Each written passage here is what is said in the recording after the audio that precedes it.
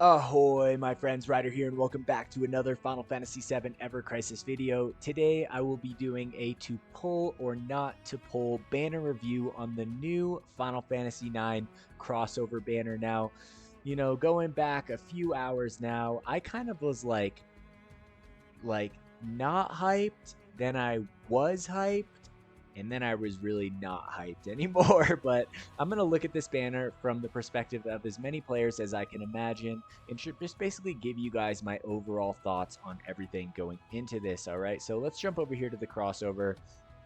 First things first, let's actually take a look at the different weapon animations. Now here's Zack's new sword, the Beatrix sword. Honestly, I feel like they could have done something a little bit more with Beatrix's sword animation. Cloud's is super sick. Tifa's is also pretty freaking dope right here. It's like a Hadoken right there. But yeah, so let's keep going through these. All right, let's take a look at the actual upgrades on these. So, unfortunately for Zidane's sword, it got no upgrades. A little bit bummed on that. This is a great weapon, but this weapon is sure to be power crept in the future. And with like how much the game and Applebot basically blocks you from using non-elemental weapons against elemental content, which obviously they're going to do that because if you could clear everything with non-elemental weapons, they would barely make anything, right? So I feel like with that being considered, it would have been okay to buff this weapon. Like, it's not going to break the weapon. It's not like you like look at the buffs that they give to the Amarant's claws, right? So like if we go to the Amarant's claws, it gets no damage increase, right? Physical attack doesn't change. The R abilities don't change. The only thing it gets is a magic attack break that goes mid to high at the end. So essentially Tiger Fangs is still more effective than this. It does not have better R abilities, right? And sometimes for certain content, a mid to high breaking weapon is viable, but other times you need a weapon that is first shot high, that being said and done. So, it's nice that they kind of just tacked this on here. Does it make it better? Yeah, I guess, but not like insanely better, right? Like it just is what it is. If the magic attack break would have been, high on the first cast at OB10, I feel like this would have been more, in league with things that should be dropping right before the 1-year anniversary of the game, considering the strength of other weapons that have been released recently. This should have gotten for sure a physical damage boost. I think up to at least 900% would have been fair. So it is what it is. I mean, I just don't really.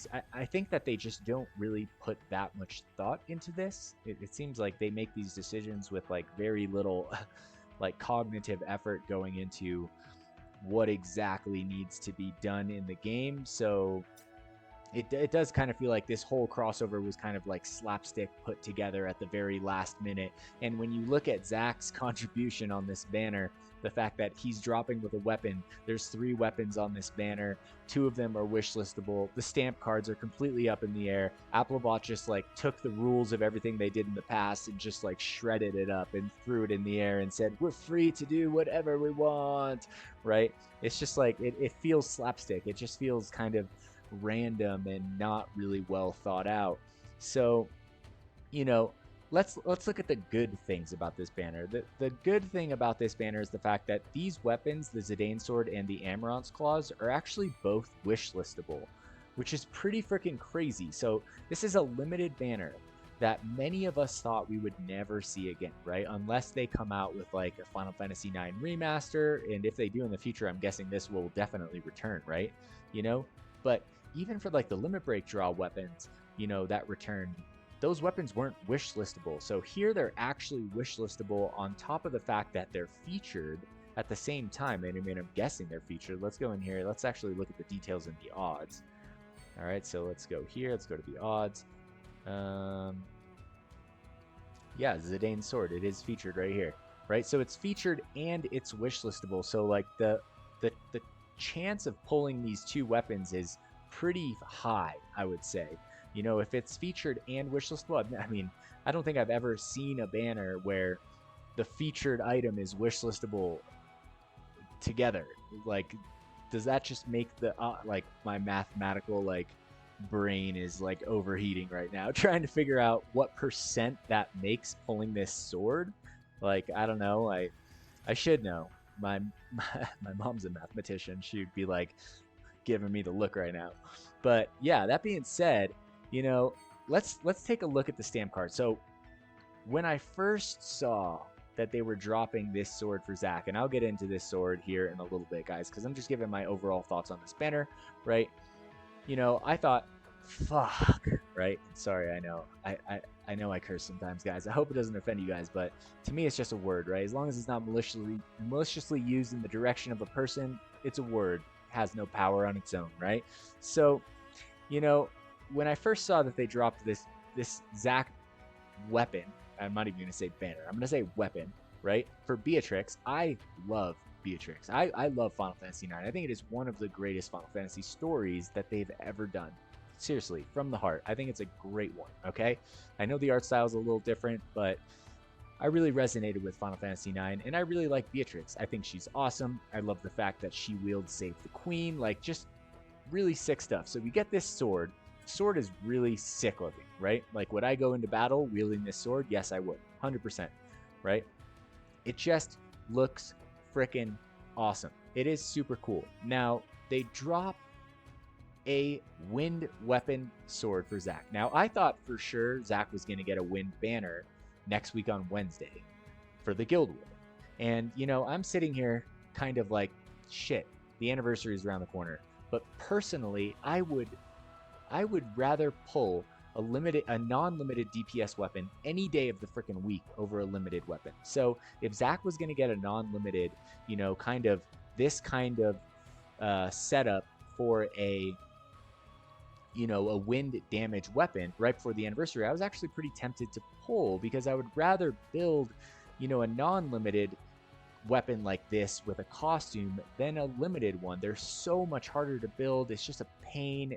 You end up, you know, sometimes not even getting to finish a lot of them, and that's a big pain, you know. So I was kind of intrigued as to what might drop next week. Instead, right, since they know that Guild War is a big thing and people are going to be competitive, they decide to tack this onto the Final Fantasy IX banner. And to be honest, guys, if you like cover up Beatrix sword right here, I mean, they could have even already had this pre-planned out for the next week, just this sword design, changed the name, did the stuff, and, you know, revamped something, because I know that they already have a Zack Wind Arcanum in the books, but now they've essentially set it up so that players that pull for this have to pull for 2 banners to get the weapon and the costume, which is just honestly such bullshit. Like, if they didn't have the time to do it right, I think they should not have done it at all, and I don't think that this was done right. You know, this weapon right here, this is a limited weapon. It's the most recent limited weapon in Ever Crisis, this weapon right here, right? This weapon is essentially just as good as Tifa's non-limited fire gloves that just dropped like a month back, right? So where is the aspect about this that makes this limited? How is this better than the last non-limited norm that came out for something like this? It isn't. It doesn't have a higher damage percent rating. You know, the R abilities, the wind potency, they're good. Not gonna lie, they're good. Physical attack is great. Wind potency at 52, always great. The ability damage percent at 10% here in the first slot, not the best. X sigil boost, okay. It's kind of a given these days. They just like drop in sigil boosters onto every weapon that ever drops in the entire game now. Even if you would never put it in the main hand, they're just like, sigil boost it. What should we do for the 3rd materia slot, Dave? Sigil boost it. Just drop the sigil boost. It's where it's at, right? So we have the physical ability damage. I'd say it gets an A on the support materia. I'd say it gets like I'd say an A+ right here for the R abilities right here. But considering this is the most recent limited weapon in the game, I'm just not seeing it. It looks like a non-limited weapon that was about to drop next week on Wednesday that they tacked onto this banner right now and then realized, oh shit, we can't use that costume for that Final Fantasy IX banner because it doesn't look anything like Beatrix. So it just feels scummy to me. Now, I could be wrong. I could be wrong, guys. But I think that I'm not the only one that feels this way. Now, would I love this sword in my armory chest? Yes, I would absolutely love this sword. It's a 6 sword. The sword is awesome. 679 physical attack. We looked at the R abilities. Both are great. The actual Gale Slash plus plus, aside from the animation, which is like lackluster B plus at best, is okay. It's good. It's the norm. I honestly think this is the norm for DPS weapons. For a brand new limited weapon coming into the game, it's lacking something, right? And that's just how I feel about it.